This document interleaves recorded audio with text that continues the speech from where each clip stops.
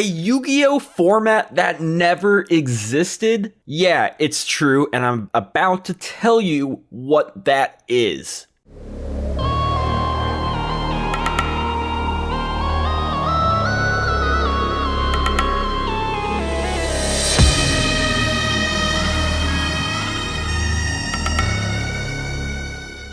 Hey everyone, I'm Jesse from the Janjo Zone here for a not quite so historical look at Yu-Gi-Oh! If you enjoy this series, then consider subbing or dropping a like so I know that you want to see more content like this one. As you may have realized by now, I am a huge fan of old school Yugs because that's what I grew up with, and the still constant evolution of the meta intrigues me every day, just like how in the Yugi Kaiba format, how while evolution is falling out of popularity over Giant Soldier of Stone, or the revolving meta of GOAT formats. One question in particular that garners a lot of attention is if the monster Exarion universe is legal in GOATs. This confusion has lasted to this day because of the questionable format cutoff point of universe legality. But I'm not going to be talking about Exarion in this video, as I'll save that for some other time in the future. What I want to discuss in this video is way back to 2002 Yu-Gi-Oh! And the Forbidden Memories and Dark Duel Stories promo cards. The format that never was.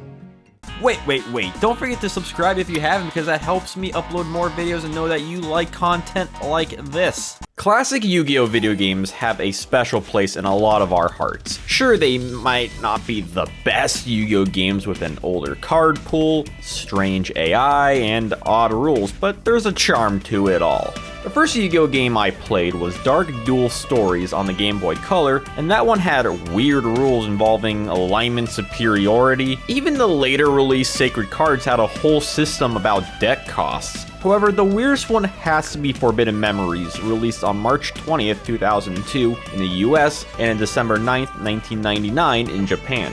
While the very first pack in Japan was released on February 4th, 1999, this game released at the tail end of the year used prototype rules that were once in consideration for the trading card game when it was first being adapted from the manga. So when you play this game, don't expect for it to be like anything you've ever experienced in Yu-Gi-Oh! Video games. I'm not going to go in depth for the rules because the point of mentioning this video game is for the promo cards that were bundled with this game. Maybe one day I'll tackle the video game, so let me know if you'd like to see that. Internationally, this game came with 3 special Yu-Gi-Oh! Cards that you could not get anywhere else at that time. These cards included Metalmorph, Harpy's Pet Dragon, and Red Eye's Black Metal Dragon. But remember when I mentioned Dark Duel Stories? Well, that game had 2 sets of promotional cards. The first set included Dark Magician, Blue Eyes White Dragon, and Exodia, the Forbidden One. Those cards were already released prior, unlike the second set, which included Acid Trap Hole, Seiryu, and Salamandra. Most people who played the original Yugi Kaiba format, or Yukai for the cool kids, know the limited card pool, which was Legend of Blue Eyes and the Yugi and Kaiba starter decks. So to add new cards to this small pool is a huge addition, assuming the added cards added value to the metagame. People are aware that in the US, these 2 games and their promo cards were released in 2002. Although, when was it released and was it legal for that first format? If you go to the Yu-Gi-Oh! Database, you might be surprised that cards like Metalmorph and Acid Trap Hole were stated to have been released in March 2002. In theory, making them legal for competitive play. At the same time, players back then could recall those cards not even existing in the TCG by that point. So what's the deal? Did or did not these promo cards release in March of that year? Well, why even bother if cards like Seiryu and Red Eye's Metal aren't even meta viable? That is true, however 2 cards in particular could have seen use, Acid Trap Hole and Metalmorph.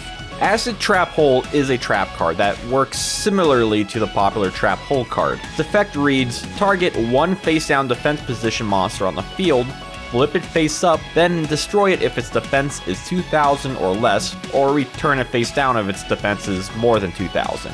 This card works as a defensive counter, mainly to those high defense cards like Giant Soldier of Stone or Mystical Elf, cards that are getting more popular as the meta evolves. For the most part, it wouldn't be a for sure 3-of in a deck, but at the very least, it would be a good side deck card against defensive stall decks. Metalmorph is another normal trap and reads as the following. Target one face-up monster on the field. Equip this card to that target. It gains 300 attack and defense. If it attacks, it gains attack equal to half the attack of the attack target during damage calculation only. This card could actually have a significant impact to the 2002 meta because its effect to increase attack points as an equipped style trap makes the game that much more aggressive. Instead of relying on one-use cards like Reinforcements or Fissure, suddenly you have a strong card that makes decision making tougher for when to outpower cards like La Jin. On the other hand, it makes Remove Trap more playable, and I'm all down for making more cards more playable. Although this brings us back to the initial question. Are these cards legal or illegal to play in this format? Is the Yugi Kaiba format secretly a promo format? Dark Memories or Forbidden Stories? I think the Forbidden format has a nicer and more truthful ring to it. The answer here is quite simple. See, Konami has these cards listed under when the video games were initially released, and it is true that both Forbidden Memories and Dark Duel Stories were released in March. But the tricky thing is that upon original release, the promo cards were not a part of the games. Yeah, it wasn't until the games were reissued much later in the year that the promo cards were included. Of course, Konami doesn't include the reissue, just the OG date. Think of it like a first edition and unlimited booster pack. The database simply lists the basic primary release, and that's it. So it was, for all intents and purposes, the unlimited version of these games that finally introduced these would-be power cards. But even the Yugipedia includes these initial dates, which only causes and continues the confusion.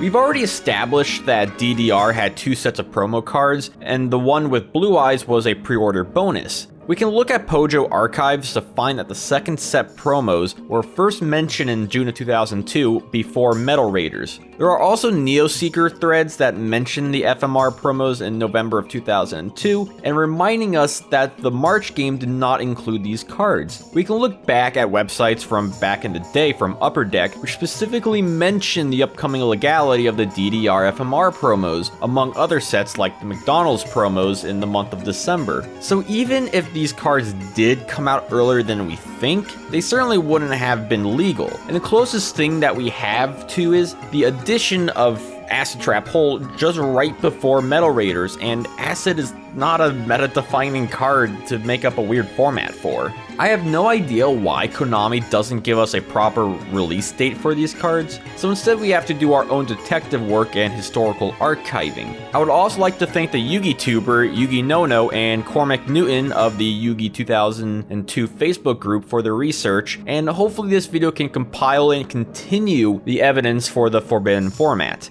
Look, I'm all down for making refreshing new formats just for the fun and hypothetical approach of things, but it wouldn't be accurate and would arguably muddy the waters of legal play, a reason why I'm not a fan of the Xerion Goat format, because Metalmorph and Acid Trap Hole would make the Yugi Kaiba format interesting to say the least. Honestly, there are plenty of cards I could see get added for non-competitive play that would improve upon the format. Maybe I should make a video on that. Again, however, adding random cards to an older format would ultimately make people coming into it confused for what the legal cards are, and thus probably best to be avoided. But what do you all think about this Forbidden format? Would it greatly change the way the format is seen and played? Should it just become a forgotten theory of card pools? And what are your thoughts on the promo cards in general? There's no denying that there's some gems in here, whether it's effect design or simply aesthetics. I love Sayari's pink dragon look. It's one of the most mysterious times in the Yu-Gi-Oh history, and you know how much I love those kind of stuff. Bandai game. But now it's time to move on to the end of 2003, finally, and take a look at another long-forgotten format in the history of a children's card game, the Vampire format.